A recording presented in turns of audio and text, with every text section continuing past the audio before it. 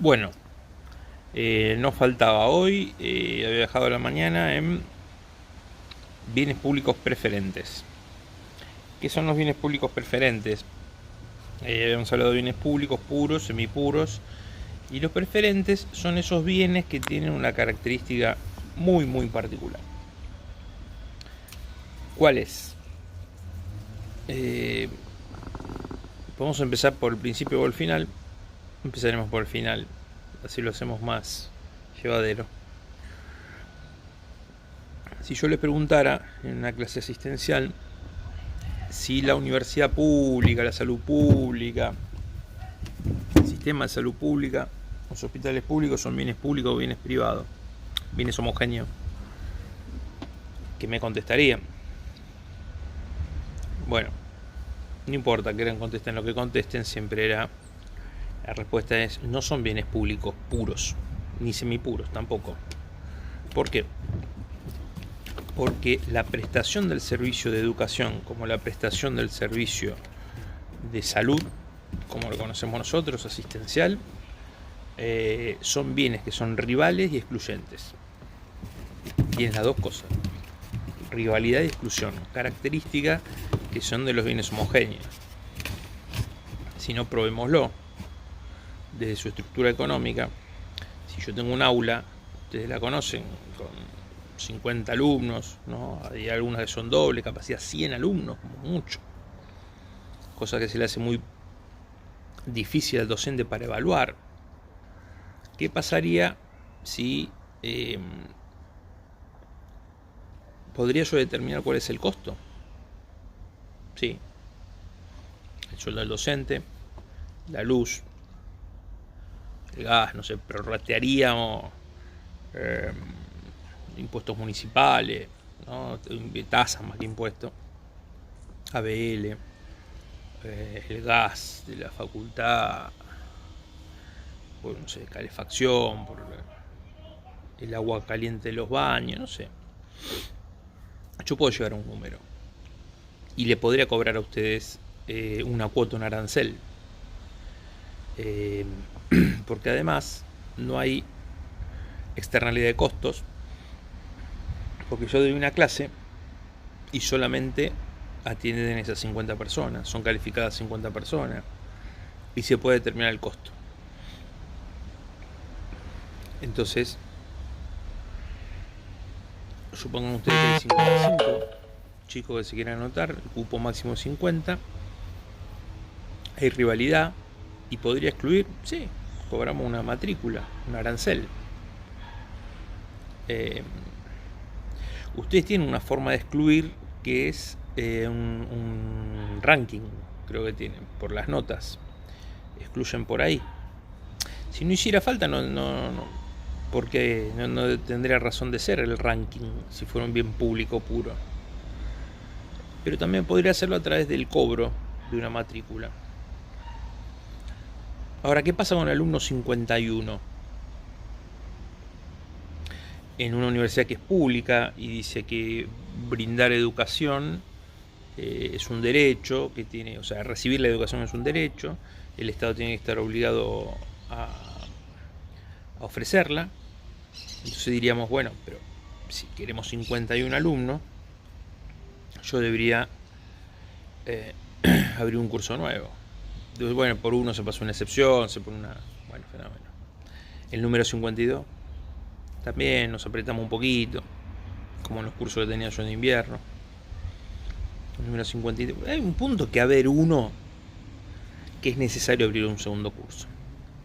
Bueno, ese alumno que para darle clase como al gaucho que estaba alejado, etcétera, etcétera, ese alumno, para llegar a ese alumno, tenemos que disponer un aula, otra aula, otro profesor, va a ocupar un campo, ¿no? Dentro del almacenamiento de la data de la facultad, va a generar un costo mayor. Entonces, ese va a tener un costo marginal enorme, porque va a tener que tener un profesor para él solo, o supónganse dividen el curso en dos. Pero si seguimos viendo frente al costo medio, va a ser mucho más alto. y no va a ser ni cero ni inferior al costo medio, siempre se va a mantener ese costo marginal por encima. Va a haber uno en el margen, un alumno que dispare un costo enorme que es igual al costo de los otros 50, 51, 52 o los que fueran.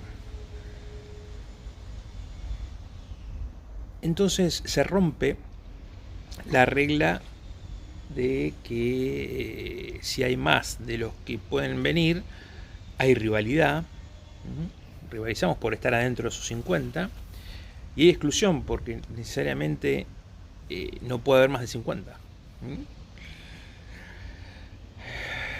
Por su estructura de costo, como demostrado, el costo marginal es superior al costo medio, lejos de ser cero. Y la pregunta, después de hacer toda esta justificación de la estructura económica, yo se lo pregunté a mi vieja, tiene 83 años. Le digo, mamá, ¿qué te parece esta situación? Y mi mamá no sabe qué es el costo marginal. Sabe muchas cosas, pero no sabe qué es el costo marginal, ni el costo medio, ni lo que es la rivalidad, ni lo que es la exclusión. Pero me decía, mira, no es un bien público, porque si no, ¿cómo hace la Universidad de Belgrano? ¿Cómo hace la Universidad de El Salvador? ¿Cómo hace la Universidad Católica? ¿Cómo hace la Universidad de Flores? ¿Cómo hace la Universidad de Itela? ¿Cómo hacen? ¿Cómo hacen? Y bueno, ellos le cobran. Y pueden cobrar, le pueden establecer, y sí, tranquilamente. El profesor, el aura, el prorrateo del gasto, de la luz, etcétera, etcétera, etcétera. Yo puedo determinar cuál es el costo individual de cada uno de ustedes, ponerle un markup arriba y finalmente ponerles un arancel. Recuerden, uno de los primeros razonamientos era ¿por qué los bienes públicos los provee el Estado? Y porque no existirían los particulares que estuvieran dispuestos a hacer una inversión y no capturar una renta.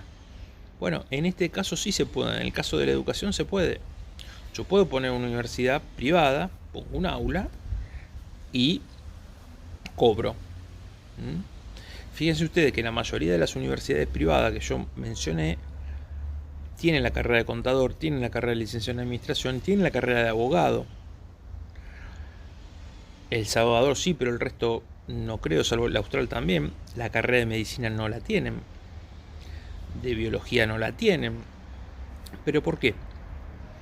Bueno, porque el costo de una carrera de contador o de abogado es un pizarrón, sillas, aula, profesor. Y en un aula donde sea derecho se puede dar contabilidad. Ahora, no es lo mismo la carrera de medicina. La carrera de medicina requiere un hospital escuela, requiere laboratorio, requiere una morgue, requiere otro tipo de insumos. Y un profesor, como es muy práctico, un profesor cada 5, cada 10. Es una carrera muy, muy, muy cara. Que si se tuviera que arancelar, es difícil, además existiendo una pública gratuita, se le haría muy difícil conseguir sus clientes. Entonces, visto desde un razonamiento práctico, yo diría, ¿a quién se le ocurre brindar un bien público puro? Y a nadie. Salvo en su momento las sociedades de fomento, las sociedades de socorros mutuos de los inmigrantes, organizaciones sin fines de lucro. Pero si alguien quiere lucrar y obtener una renta, si no lo pueden hacer, no harían la inversión. No sería un bien homogéneo. Ese es el porqué. Si nosotros tenemos el tema de salud existencial, el problema de la curva, esa, ¿no? Que vieron que hay una curva, un spot que si la curva es muy alta, cuando va a pasar por la puerta del hospital se rompe, no puede, se debería quedar atascada. Bueno, porque ¿qué es lo que tenemos nosotros? Tenemos un sistema de salud asistencial que no resiste millones de internados al mismo tiempo. ¿Por qué? Bueno, porque los parámetros dicen que hay determinadas camas, que ante una determinada enfermedad corriente, según los periodos, hay más o menos camas de internación que se utilicen. que pueda haber habitaciones que albergan a más de un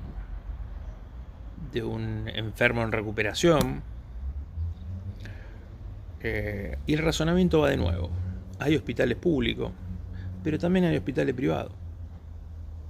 ¿Yo puedo determinar cuánto costó una cirugía? Tranquilamente.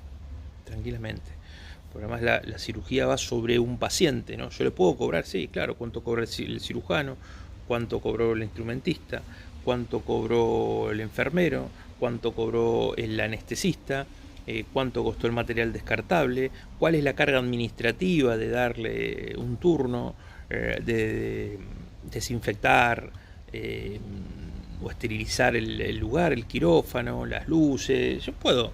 Pues además mi centro de imputación es ese paciente. Yo puedo decir cuántos recursos puse en esa intervención médica. Entonces, vamos de nuevo. Un piso de un hospital, supongamos el piso se llama cuando hay habitaciones, ¿no? Requiere cada X cantidad de paciente, un enfermero. O supongamos un pabellón grande con 20 camas, un enfermero atiende 5 camas, o 10, no sé cuál será el lote. Un cirujano puede atender hasta hacer 1 o 2 cirugías por día. Un consultorio externo, un médico puede atender 20 pacientes. Ahora, el problema es cuando llega el 21, o cuando llega el tercer paciente que se tiene que someter a cirugía. ¿Qué hay que hacer? Y hay que llamar a otro cirujano, hay que tener otro quirófano, hay que tener otro instrumentista, otro anestesiólogo, hay que tener más instrumental. Lo mismo si hay que internar al paciente 21 y necesitaríamos otro médico de piso porque puede revisar hasta 20, necesitaríamos otra enfermera, y entonces, ¿qué haría eso? Eso haría saltar el costo marginal muy por encima del costo medio. Entonces el costo marginal no se comporta nunca por debajo del costo medio y mucho menos va a ser 0. ¿Por qué hay salud pública, el servicio de salud pública? ¿Por qué hay educación pública? Si son 2 bienes homogéneos que los provee sin ningún problema al Estado. Bueno, porque el Estado entiende, comprende que hay un mérito por parte del Estado porque persigue determinados objetivos, porque quiere fortalecer su capital humano, por ejemplo, que la gente esté saludable, que pueda estudiar, que pueda trabajar, que produzca, que crezca el producto bruto, que haya recaudación tributaria, y por una cuestión de bienestar, de que estén bien. Y porque en su momento no alcanzaba la oferta de los privados, o no la había. Lo mismo respecto de la educación. ¿Para qué quiere que esté formada? Y bueno, estará formada para acceder a una mejor educación formal, para tener capacidades, para tener esa capacidad de adaptación a los razonamientos abstractos.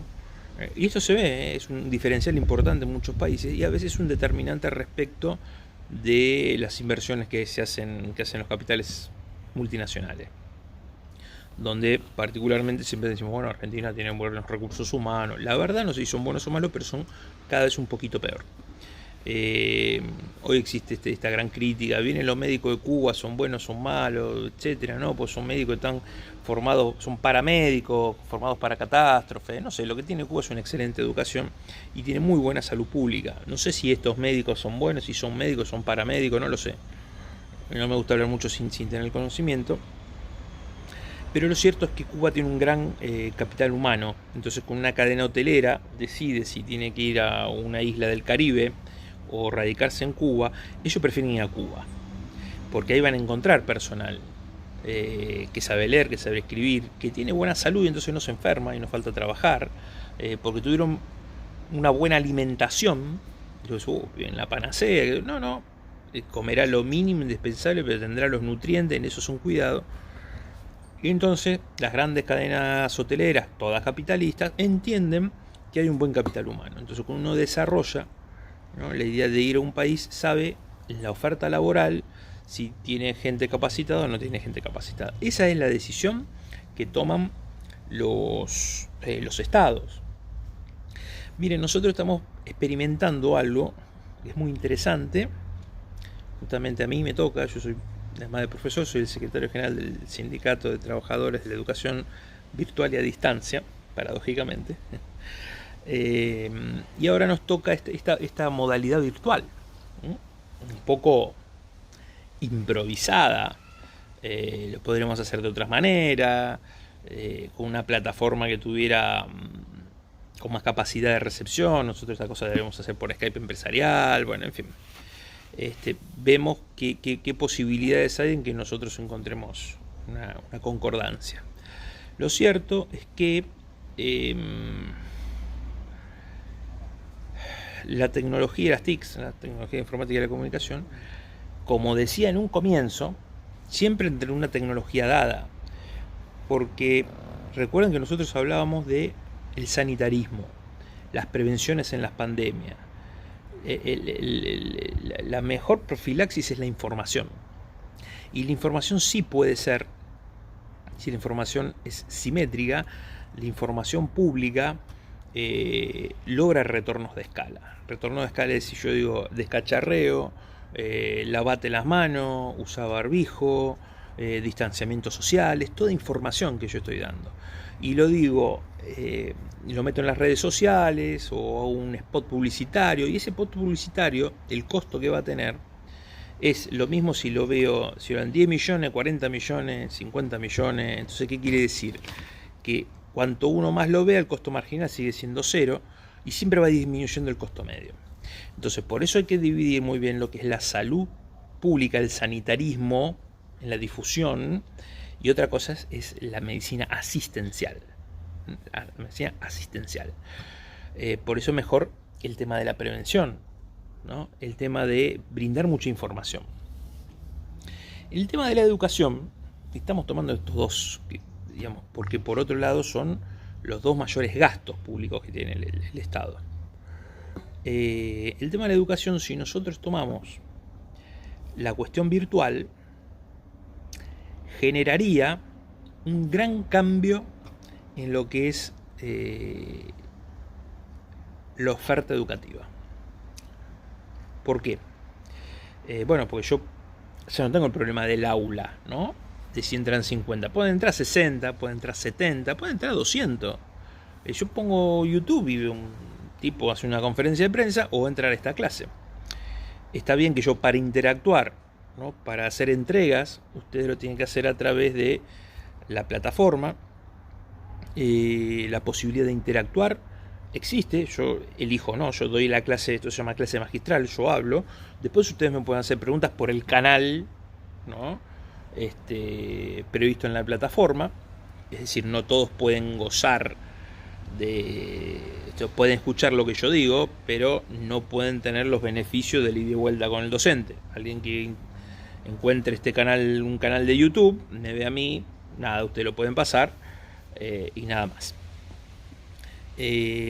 Pero fíjense ustedes que la cuestión de la escala ahí se rompe, o se gana lo que se llama el retorno de escala. Entonces me pueden escuchar muchos más pueden acceder. Hasta incluso nuestra plataforma permite ahí el ensayo de evaluaciones virtuales, ¿no? de formularios virtuales, básicamente en multiple choice. Alguna otra respuesta que se puede ir.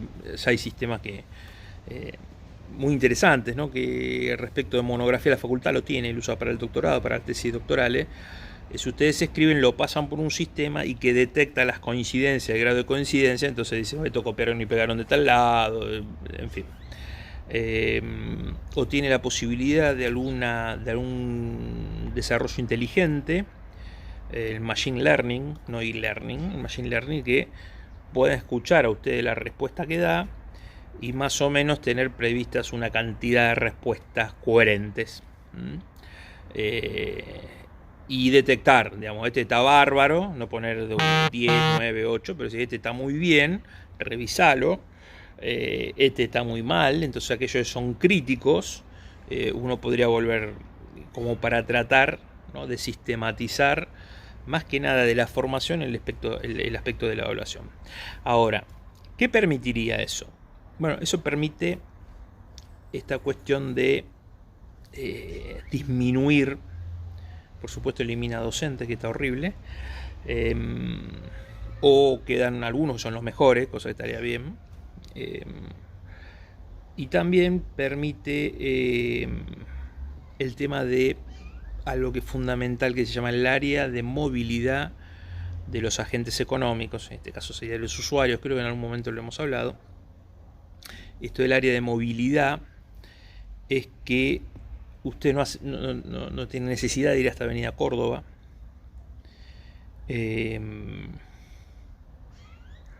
ahorran la plata y el tiempo del viaje, del traslado. Los barcitos de la zona lo van a lamentar mucho, pero bueno, es así, genera cambios importantes. La facultad va a poder disponer de un lugar enorme para otras cosas, o lo va a dedicar solamente a investigación, o a lo que quiera hacer. Haremos fiestas, no sé. El tema que es bueno porque ahorra más que nada el tiempo, algún recurso, y lo que permite es que alguien que vive en Chascomús pueda anotarse en la UBA, alguien que vive en Córdoba pueda anotarse en la UBA, alguien que viva en Santiago del Estero pueda anotarse en la UBA y desde Santiago del Estero cursar. Y entonces hay muchísimas universidades, muchísimas. Entonces este problema de abrir en los últimos 10 años un montón de universidades por el área metropolitana de Buenos Aires, ahora con esto sería distinto. E incluso esto le cambiaría el sistema, cambiaría la idea, la necesidad, por ejemplo, en los estudios secundarios, de la jurisdicción, ¿no? Porque la universidad es nacional, pero los colegios secundarios dependen de la autoridad provincial, o son provinciales o son privados, pero responden a la autoridad de aplicación provincial. ¿Qué pasaría de este modo? Bueno, yo puedo vivir en Mendoza y cursar en Tucumán, ¿no es cierto? Porque la virtualidad, el tiempo no corre. El área de movilidad de los agentes económicos ya no existe, es virtual, se amplía. Y eso cambia todo. Eso incluso cambia,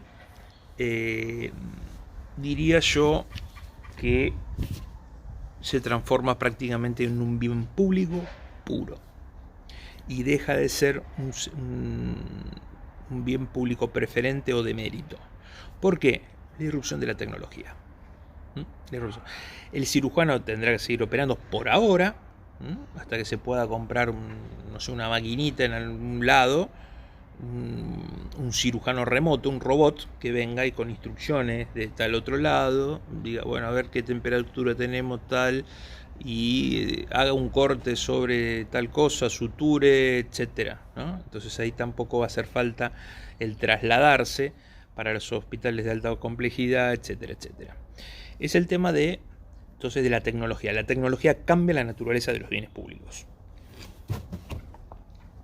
Bueno, y este elemento que yo hablaba del área de movilidad es importante, por eso habíamos visto, dijimos para el final nos habíamos olvidado, yo me había olvidado, de hablar sobre el federalismo, cuando hablábamos del Estado. ¿Por qué? Porque el federalismo tiene mucho en cuenta esta cuestión, la territorial, es la descentralización del poder respecto del territorio.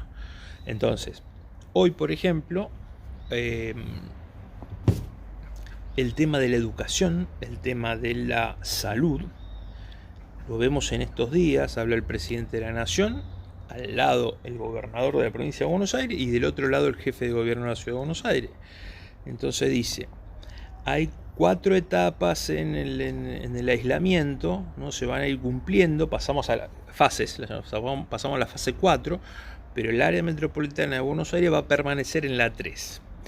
¿Por qué? Bueno, el área metropolitana de la ciudad de Buenos Aires es un tema para desarrollar. Hay un libro por ahí de mi autoría con Moscariello en coautoría, Vamos a ver si consigo, que puedo conseguir en versión digital para mandárselo.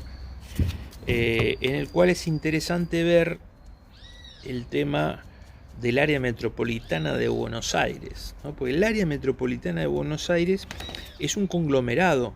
Si uno mira una foto satelital, está buenísimo para hacerlo, va a ver lo que se llama la ciudad real o la mancha urbana. ¿Qué es la mancha urbana? Donde vemos un ejido urbano. ¿Qué quiere decir un ejido? Vemos que hay autos que fluyen, que van y que vienen. Si nosotros vemos desde arriba Avenida Libertador, vamos a ver que hay autos que pasan y autos que vienen. Si vemos Avenida San Martín, vemos que hay autos que van, autos que vienen. Entonces no hay un límite. La ciudad real es, algunos de ustedes vienen a la Facultad de Ciencias Económicas en Córdoba de Junín, los que viven en Avellaneda tardan, no sé, 20 minutos. Yo vivo en Villa del Parque, tardo 45, 50, tardo más. Yo vivo en la ciudad de Buenos Aires, los de Avellaneda viven fuera de la ciudad de Buenos Aires. Los que estudian en Ciudad Universitaria y viven en Vicente López llegan mucho más rápido que yo, porque hasta Ciudad Universitaria tengo 1 hora. Yo vivo en la ciudad de Buenos Aires. El que vive en Vicente López vive en provincia de Buenos Aires, pero es anecdótico, porque la distancia es más corta. Eso sí, con determinados efectos, y este es el tema del federalismo, hay reglas, la vamos a ver más que nada con el tema de regulaciones, no tanto de bienes y servicios públicos, que tienen autoridad de aplicación. En el Pacto Federal de 1991-92, creo que se hizo una cosa desacertada, se pasó educación y salud pública de la nación a las provincias y a la ciudad autónoma de Buenos Aires. Entonces esto era por un problema fiscal, en realidad. ¿Qué es lo que genera? Genera asistemáticas, genera residuos fiscales negativos y positivos de un lado con el otro. Porque la autoridad de educación es la ciudad de Buenos Aires y la provincia. Entonces no es lo mismo si un chico va a un colegio de la ciudad, un chico que vive en Vicente López va a un colegio que está en Núñez, o viceversa, un chico que está en Núñez va a un colegio de Vicente López, o un chico que está en San Justo, La Matanza, va a uno que esté en Mataderos, porque la enseñanza de ese chico, incluso si va a un comedor, etcétera, etcétera, lo paga uno o lo paga otro. Lo mismo respecto a los hospitales. La Ciudad de Buenos Aires tiene 33 hospitales. En su momento eran hospitales nacionales, la Ciudad de Buenos Aires era la capital federal, y en realidad muchos eran de complejidad y de especialidad, y entonces mucha gente de la provincia venía a la Ciudad de Buenos Aires, pero no porque se iba a un país distinto. Tomaba un colectivo 20 minutos y se trasladaba.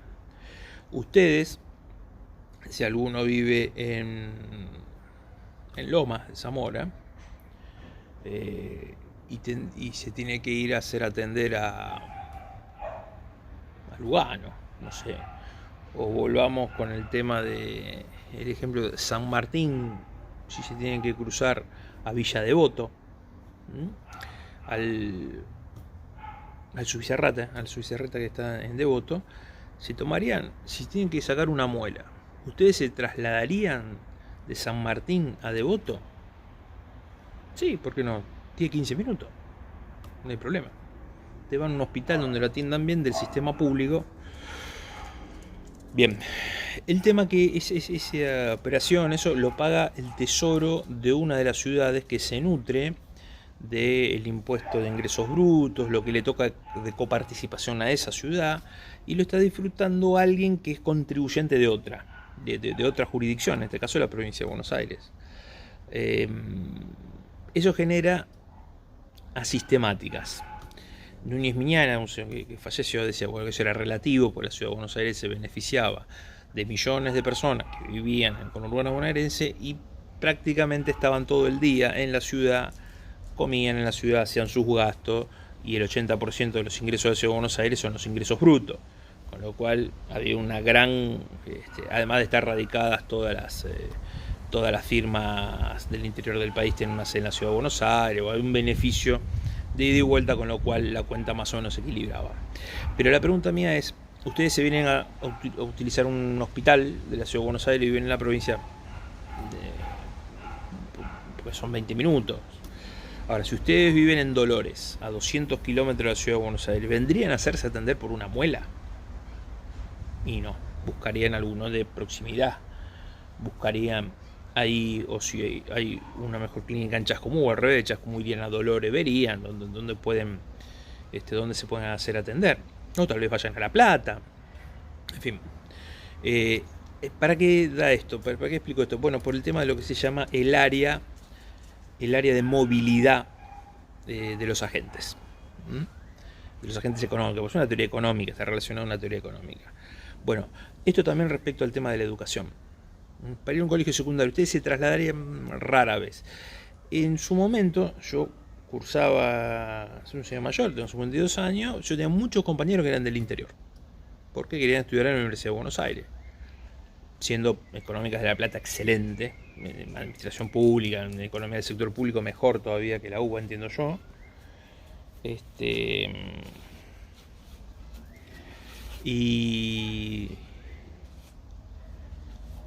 Y bueno, muchos que venían de Salta, etcétera. Ya hay universidades buenas, pero quienes estudian en la Universidad de Buenos Aires. Bueno, esto hoy no haría falta. Hoy no haría falta. O sea, eran chicos que venían generalmente de familias acomodadas, que tenían un departamento de la Ciudad de Buenos Aires o lo alquilaban, y vivían, y las luces de la ciudad, y los boliches, etcétera, etcétera, lo hacían atractivo. Hoy el área de movilidad en este sentido está con la virtualidad, con esta nueva tecnología, permite disfrutar de otras prestaciones dadas a niveles provinciales de otras provincias o a nivel nacional sin que se rompa algún tipo de ecuación.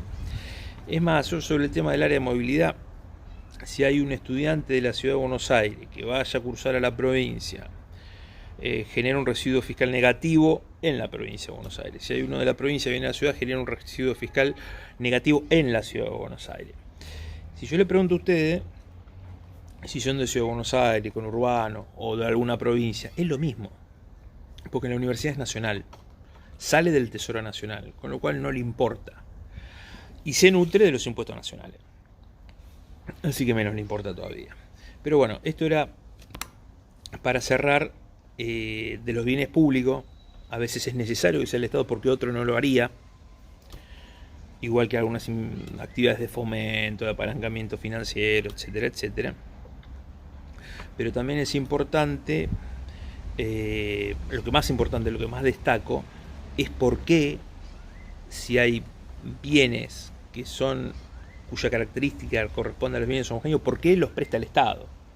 Entonces el Estado los presta porque entiende que hay un mérito, que el Estado debe hacerlo, por más que haya otros que lo puedan hacer, para garantizar el fortalecimiento del capital humano de un país, para evitar, con más educación y gente formada, seguramente habrá más valores, habrá menos delitos, habrá más conciencia ciudadana.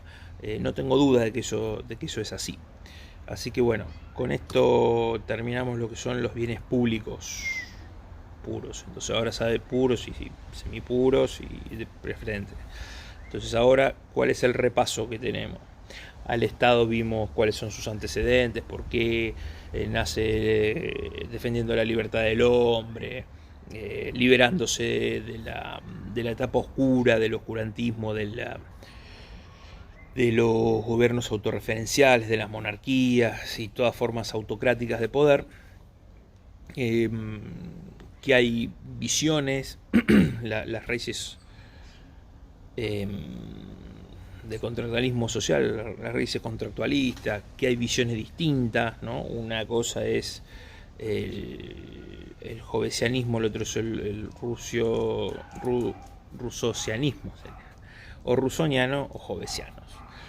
Hoy los hay una diferencia importante, hay una diferencia enorme.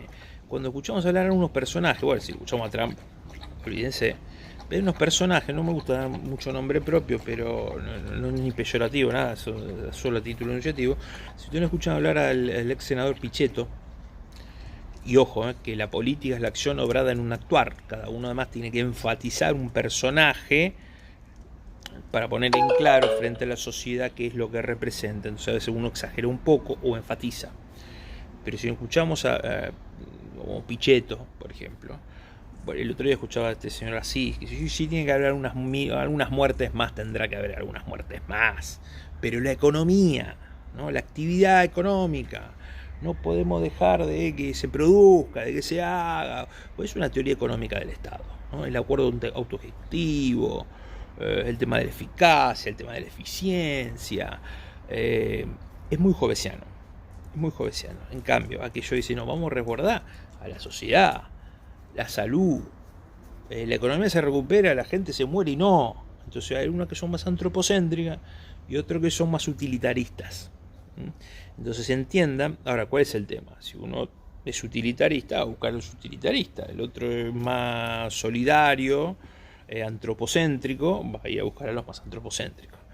Esos son matices, ¿no? Pero los matices siempre afloran. Si uno los ve, hay personajes que se les sale la bestia como Hulk y terminan, ¿no?, definiendo para un lado o para el otro.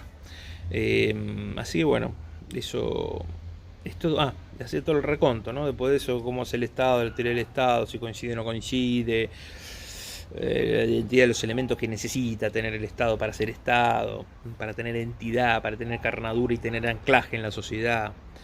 Y después vimos qué es lo que hace el Estado, ¿no?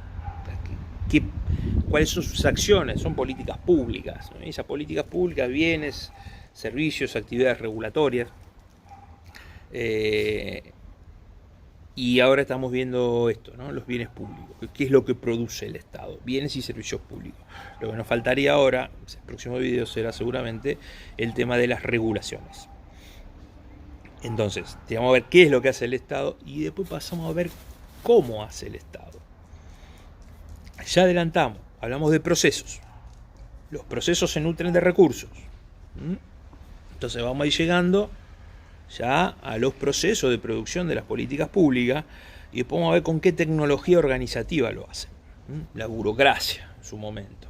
Cómo fue cambiando, cómo fue mutando la burocracia, o cómo las teorías del nuevo gerenciamiento público llevan a decir cómo se manejan hoy los estados, ¿no? El tema de los circuitos, el tema de alguna tecnología de gestión. Hay tecnología central y tecnología de apoyo. Tecnología central organizativa de burocracia, de diagrama de procesos, etcétera. Podemos saber este libro que le mandé, que es muy interesante, que es la reingeniería de los procesos. La ingeniería de los procesos. ¿Cómo pasamos de un modelo burocrático a uno de gerenciamiento público, de alta gerencia pública? Y después, bueno, eso como central, ¿no? Como tecnología central. Y tecnología de apoyo, brainstorming, diagrama de afinidad, de benchmarking, un montón de cosas. La cuestión de la calidad, tal y tal. Y después empezaremos a ver cuáles son los recursos, ¿no? Cómo se financia, cómo es el recurso humano en la administración pública, para tratar de volver a aquella primera clase, que nosotros tuvimos la única presencial, en la que decimos que vamos a tratar de ver cuáles son las diferenciaciones que tiene, qué diferencia existe entre los recursos humanos del Estado y los recursos humanos de otro tipo de organizaciones privadas, del sector privado, o sea, con fines de lucro, sin fines de lucro, un club, una fundación, etcétera. Veremos los recursos financieros, ¿no? Que tiene. Hoy estamos viendo qué hace el Estado para emite. ¿Está bien o está mal? Bueno, se lo vamos a dejar a la gente de administración financiera, al sector público. Alguna cosita podemos llegar a decir respecto de eso. Hay que emitir más, hay que largar bono. No, el bono no, ¿para qué? Si ya emitir moneda, no estamos en convertibilidad. Y digo, bueno, pero si la plata sale y está en poder de los particulares, ¿cómo vuelve? ¿Cómo hace para volverla? Tenés que buscar un bono anzuelo, y si directamente mandás cuasimoneda para que al vencimiento, cuando tiene vencimiento de título de deuda, pasen por ventanilla a ver cómo es el canje de DIF. Hay muchísimas maneras de verlo. Pero entonces vamos a ver cómo son los recursos financieros, vamos a ver cómo es el recurso humano y cómo se procesan, y finalmente trataremos de ver si hay entornos o no hay entornos, ¿no?